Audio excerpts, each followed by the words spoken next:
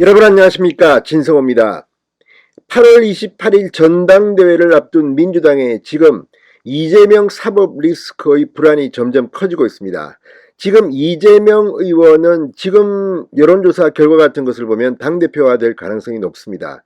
그런데 일단 선거 캠페인이 시작되면서 반 이재명이 그룹이 지금 뭉치기 시작했습니다. 이런 가운데 이재명의 사법 리스크를 하나둘씩 폭로하면서 당내 갈등이 증폭되고 있습니다. 그런데 이번에는 좀 새로운 사법 리스크가 터졌습니다. 그동안 이재명 의원은 대장동 변호사비 대납 의혹, 성남FC 의혹, 또 부인 김혜경 씨의 경기도 법인카드 의혹 등이 있었는데, 이번에는 이 백현동 특혜 의혹에 대한 감사원의 감사 보고서가 나오면서 이게 민주당을 깰지도 모른다는 발언이 나왔습니다.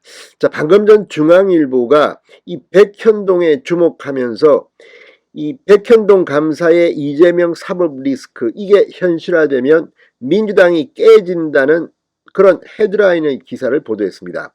자, 중앙일보가 왜 이 백현동에 주목할까요? 지금 감사원의 백현동 특혜 의혹 보고서에 보면 성남시 공무원들의 진술 등이 나온다고 합니다. 지금 구체적으로 이재명 의원을 찍지 않았지만 이 진술들을 보면 이재명 의원은 이 백현동 리스크에서 빠져나오기 힘들지도 모른다.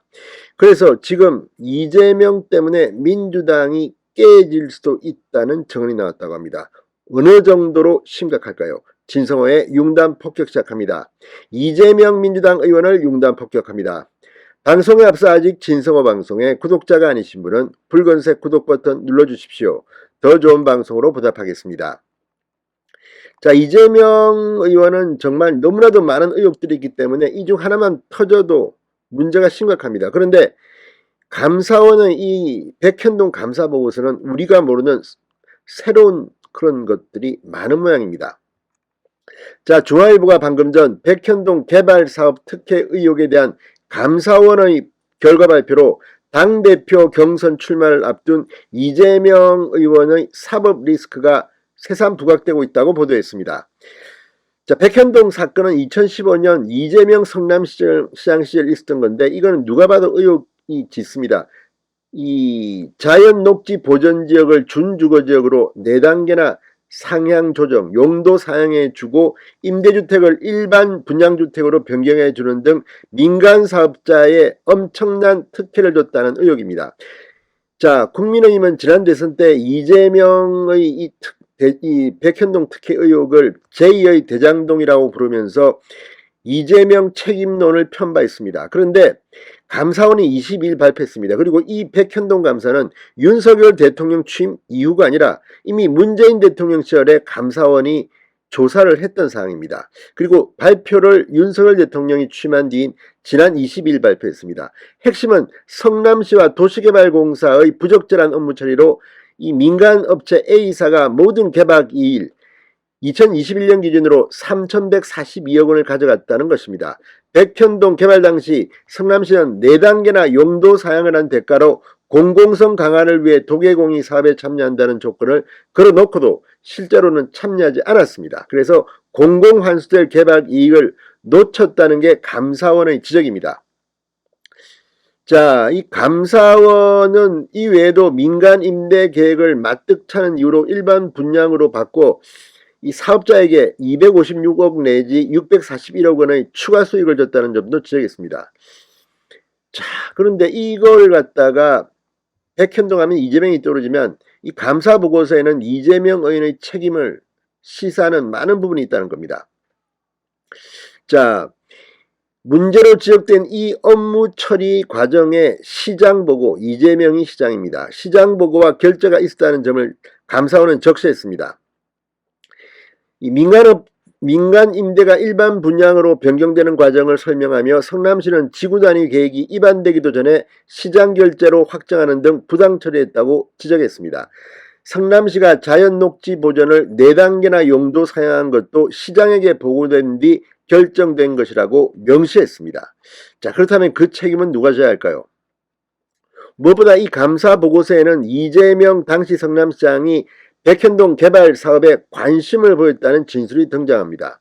성남시 B 과장은 2016년 초 성남시 원내보고회의에서 이재명 시장이 회의 주제도 아닌데 백현동 관련 업무를 어디서 담당하는지 물었다고 진술했습니다. 그러면서 이재명 시장이 잘 추진되고 있죠라고 말했다는 것입니다.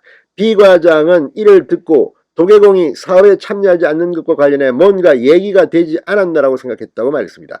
감사원은 특히 이재명의 최측근인 유동규 당시 도계공 기획본부장의 부당한 업무 지시도 지적했습니다. 2016년 7월 유동규가 실무진에게 그럼 우리 할 일 없네 손 떼라고 말해 도계공이 결국 백현동 개발 사업에 참여하지 않았고 그 결과 공공에 환수될 이익을 놓쳤다는 겁니다. 자, 이재명과 유동규 사이에서는 무슨 일이 벌어진 걸까요?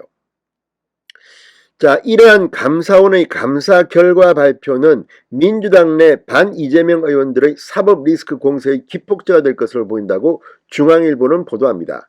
익명을 요구한 민주당의 한 친문 의원은 중앙일보에 이재명 의원이 대표로 선출되고 사법 리스크가 현실화되면 당이 깨질 것이다. 경찰의 백현동 수사 결과물도 곧 나올 텐데 걱정이라고 말했다고 합니다.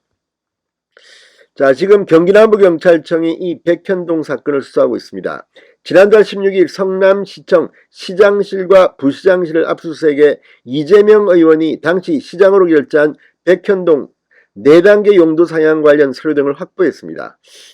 자, 지금 이재명 의원은 이것 말고도 성남FC 후원금 의혹, 대장동 의혹, 변호사비 대납 의혹, 김혜경 씨의 경기도 법인카드 사적 유혹 의혹 등 상당히 많은 수사를 하고 있습니다. 자, 무엇보다 8.28 전당대회가 열리기 약 2주 전쯤 됩니다. 8월 중순쯤 경기도 법인카드부터 김혜경 씨 건부터 먼저 터뜨린다고 합니다. 어떻게 될까요? 지금 28일 날 컷오프를 하지만 그 뒤에 이제 이 당대표 후보가 3명으로 축약되면 이재명의 사업 리스크에 대한 논쟁은 격화될 겁니다. 이재명이 당대표가 되면 민주당이 쪼개질 수도 있다. 자, 중앙일보가 헤드라인에 당이 깨질 수도 있다고 쓰고 있습니다. 민주당의 전당대회 순탄치만은 않을 것 같습니다. 진성호의 융단 폭격이었습니다. 여러분 감사합니다.